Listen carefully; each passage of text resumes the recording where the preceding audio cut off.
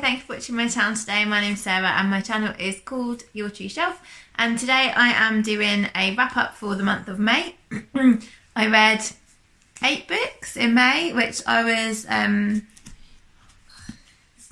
books, which I was really impressed with. I didn't realise I'd read 9 books till I just carried them all downstairs. Excuse me. So the first book that I read was one that I started earlier in the year, and I think because of a buddy read or something I had to put it down, and I've only just sort of finished picking it up again. And that is All Things Censored by Mumia Jamal. So he is a journalist and he was falsely imprisoned in the early 1980s for a crime which I think there's strong evidence to suggest that he did not commit, after a very dubious trial. And he was put on death row. He is now on life without parole, but he wrote this while he was in death row, which he was for like 20 years or so, and he was in solitary confinement for a large amount of time.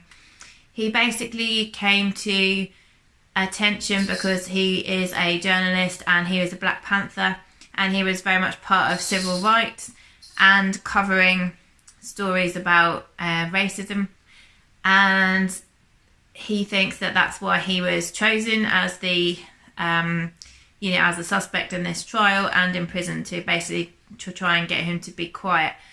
He was due to broadcast a series of lectures on, I think, NPR in America, called All Things Considered, and the broadcast was pulled sort of hours before it was due to go on air because the radio station came under threat that they had to silence this, basically. And so he turned it into a book of essays, and there's also a CD which came with it to where he's recorded a lot of the essays in spoken word form. It's a really, really amazing read. So it's really educational. It helps you understand the sort of terrible plight of Black Americans, which obviously isn't really any better today because look what's going on in the rioting at the moment, to try and get justice in what's a terrible targeting of Black people by the police and by other authorities. So it's really a timely read. I think it's very eloquently written, very well referenced, and I'd really recommend it. The second book I read was one that I'd put down and I've picked up again and finished.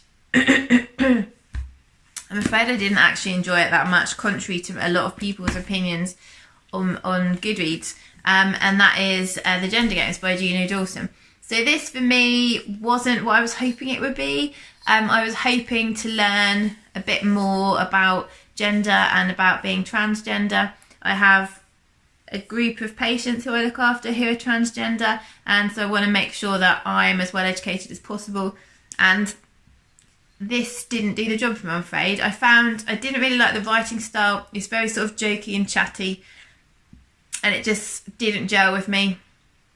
I felt like it didn't dig deep enough into some of the issues for me either. I felt like I've read other memoirs. This isn't really a memoir, but it's got, I don't know if could you call it possibly you could call it a memoir. I've read a lot of other trans memoirs. I say a lot, a few, which I think I've gained more insight from, and so I'm sorry to say that I didn't give it a very high rating. I can't remember. I think I gave it 3 stars overall. So then I did my Books for the Brave readathon, for which I had to read 3 books. The first one was a book which intimidates me, and that one I chose The Sound and the Fury by William Faulkner.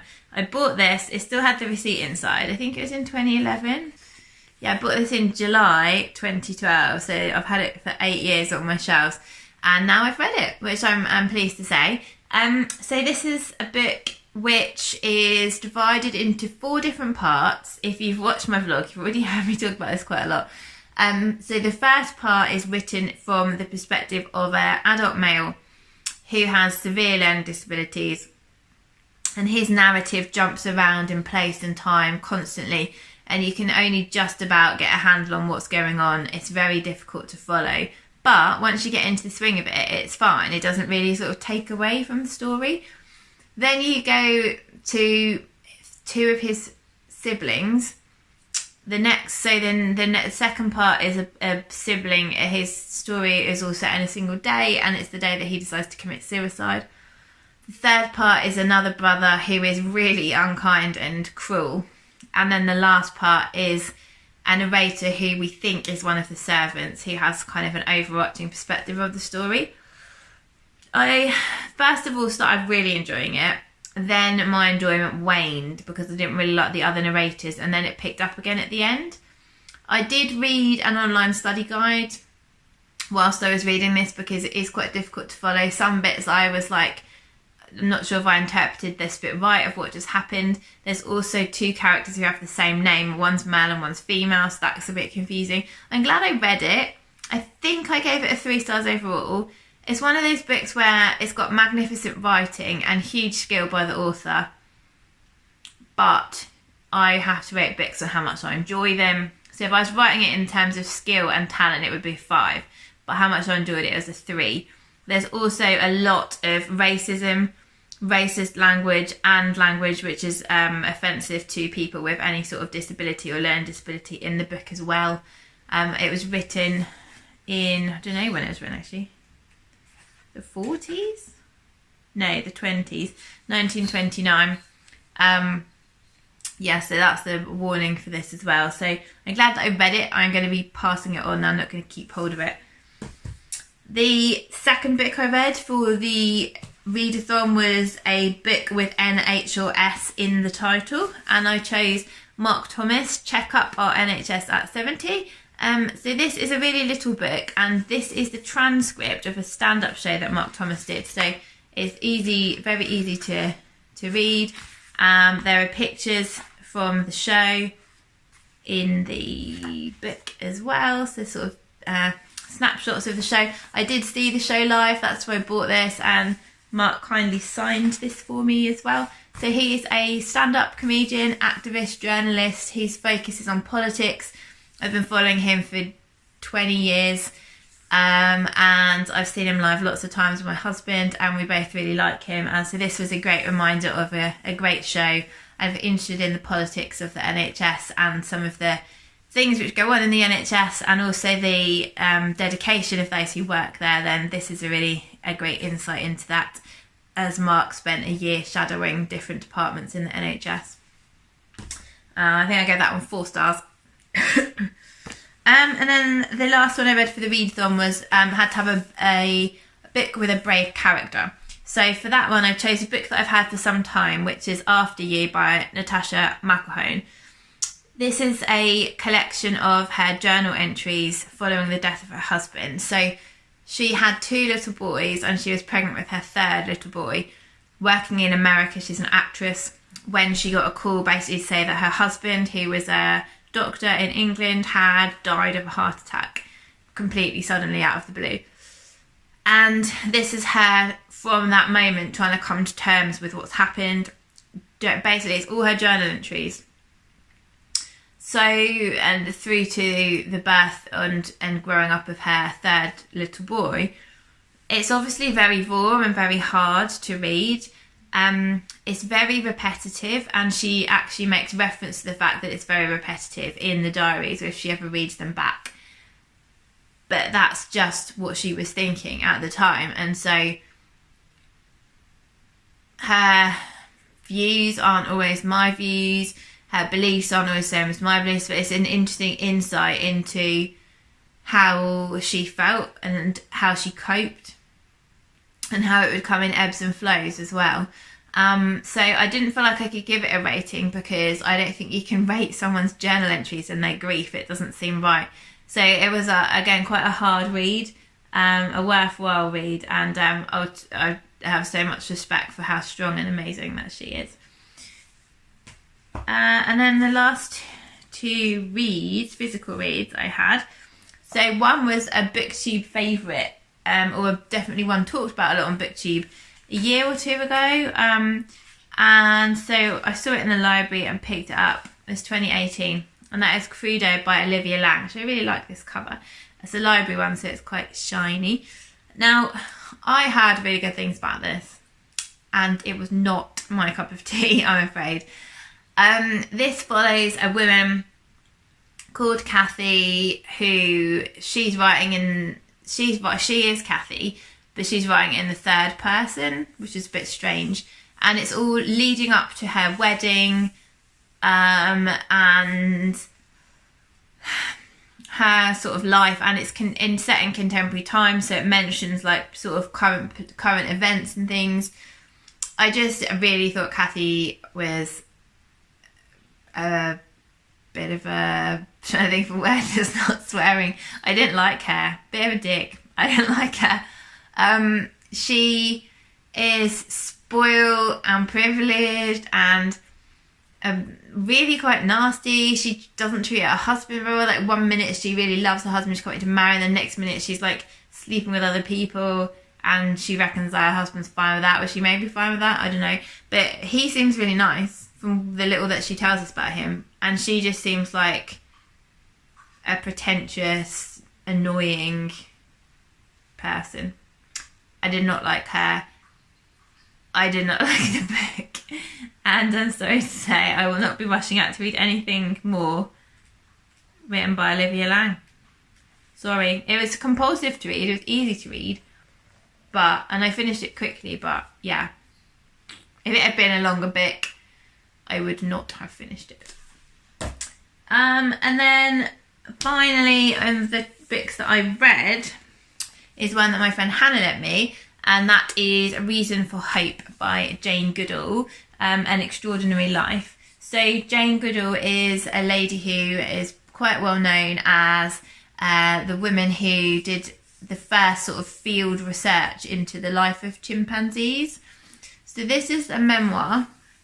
She talks from her childhood about how she'd always wanted to go to Africa, and she'd had a real strong interest in the natural world.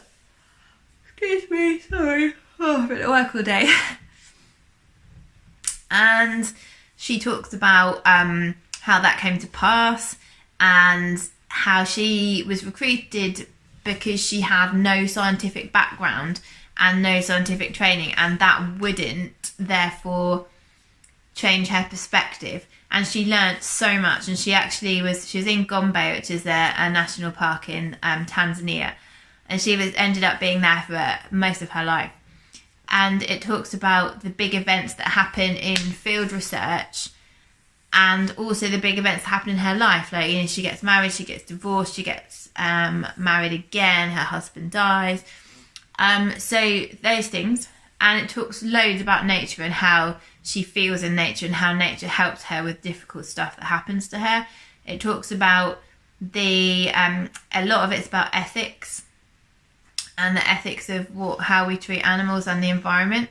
But also, beautifully woven in throughout the whole book is her theology as well. So she's talking about her spiritual and religious beliefs, and she's really quite open about, you know, different ideas, and how a lot of scientists feel that if they believe this about science, they can't believe that about how the world came to pass. They can't believe that about animals having feelings, or about, you know, lots of things where they feel like they've got to be mutually exclusive. And but I think as well, partly because of her non-scientific background, she doesn't have the problem in mixing the two together and exploring different possibilities. And I loved the kind of spiritual overarching theme in the book. She also writes poetry really beautifully, and she's put quite a few of her poems throughout the book as well. So if you're interested in any of the topics I mentioned, then I think give it a go, because I really enjoyed it. I gave it 4 stars. And it's got quite a nice few pictures of her life in as well. And I noticed on the Disney app, there's also a film about her. So I started watching it. I haven't finished watching it yet, but it goes quite nicely with the book. So they were all the physical books that I read, and then I had 2 audiobooks, which I have to say the audiobooks were a success. I felt like it was a bit of a slog with the reading in May, because I'd say I read quite a lot of non-fiction. The fiction I did read here, I didn't really enjoy that much. And so thank goodness for the audiobooks. So The first audiobook that I listened to was Open Book by Jessica Simpson, and it was narrated by Jessica Simpson as well. This was absolutely phenomenal. I couldn't stop thinking about it or talking about it. It was so it was basically following her life. So when it starts when she is having like an intervention by her family and friends because she is addicted to alcohol, and she takes prescription drugs for sleeping and stimulants, and everything's sort of falling apart. And then it goes right back to the beginning of her life and sort of builds up to how she got to that point. And it's one of the most honest books I think I've ever read. Like, she's not scared to go anywhere. She will talk about any of the things that happened to her with a completely open heart, like completely putting herself out there in a vulnerable position, and what she learned, how she went through it, what it was like at the time.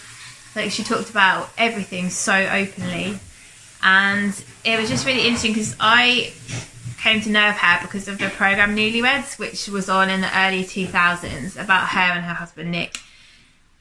And she was very much in that programme portrayed as somebody who was pretty dim, funny to laugh at, spoiled. And it's interesting how much of that was basically given to her as a role to play. She's really not like that at all. She's so intelligent and so insightful. And it was really interesting to hear what it was actually like in their marriage. It was so far from the truth. It's unbelievable what it was really like in her marriage. It talked loads about religion because her family were really religious. She is Christian, and she talked a lot about growing up in the church. Her dad was a preacher in the church. So there's a lot about her faith and how her faith helped her throughout life. I could talk about this for ages. There's tons about body image. Like, as soon as she got signed to who was it, Columbia? Can't remember. I think it was Columbia. She was basically told like to go down to 7.5 stone in weight, just like crazy. And then that sort of, her whole life became about what she looked like for a long period of time as well, and how everyone would take all these photos of her and analyse them and comment on her weight the whole time. And it was a really big thing for her, how she's overcome that. So it was such a brilliant memoir. It's one of the best memoirs I've ever read, and the fact that she was reading it herself just brought it to life even more. And there were 6 bonus songs at the end, which I really like her music, so that was cool too. So if you're looking for a memoir with heart and honesty, full of everything, then go for it. That was 5 stars, absolutely brilliant. And then the second audiobook that I listened to in May was The Dutch House by Patchett, which is read by Tom Hanks, which is an absolute treat to be read to by Tom Hanks. So The Dutch House is a book about 2 young people, Danny and Maeve, who are brother and sister. And when they live in this place called the Dutch House, which is this amazing house. And when they're quite small, I think Danny's 3, Danny narrates the whole thing. Their mum leaves and they don't really know what happened.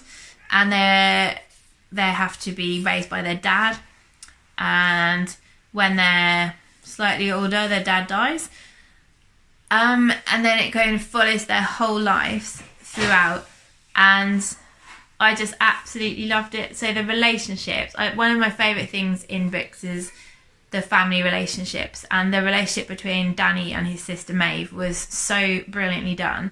The relationship between them and their parents, them and the people who took care of them. It was amazing how well written the relationships were and how they developed over time, how the characters developed over time, and also there was a lot of things which were explored. Like, I remember watching Mercedes review this book, and I think she DNF'd it quite early on because of she said that there was a lot of privilege in the book that wasn't really acknowledged, but actually the longer you go on in the book, the more that's actually a really big discussion point, and how uncomfortable it is for some people to live in a more privileged position than other people. And the other thing I really loved was like the small details. Like there's quite a lot of bits about Danny and his relationship with his dad, and it will talk about how his dad taught him how to repair things, how they used to go out together every Saturday and collect rents, and different little things which are kind of insignificant details, but they really make a story. And I love hearing about routine family events, you know, like how listening to about how his dad had taught him stuff reminds me of like how my dad has taught me stuff, and it's just really nice to kind of hear stuff like that you can relate to, and that really brings the warmth and extra layers to the story. So I thought it was fantastic, and I gave it 5 stars. I only finished it yesterday. I'm really sad that I finished it. I'm really missing the characters already. I'm really sad that it didn't make the Women's Prize shortlist because it was on the long list. I don't know if I'd have enjoyed it just as much if I'd read it, because Tom Hanks just brings this extra magic. So if you can possibly listen to it on Audible, I'd definitely recommend that. So that was all the books that I read. Sorry, that was a really long wrap up. That was all the books I read in the month of May. Let me know if you've read any of them. If you'd like to read any of them, that would be great. And I will speak to you soon. Bye.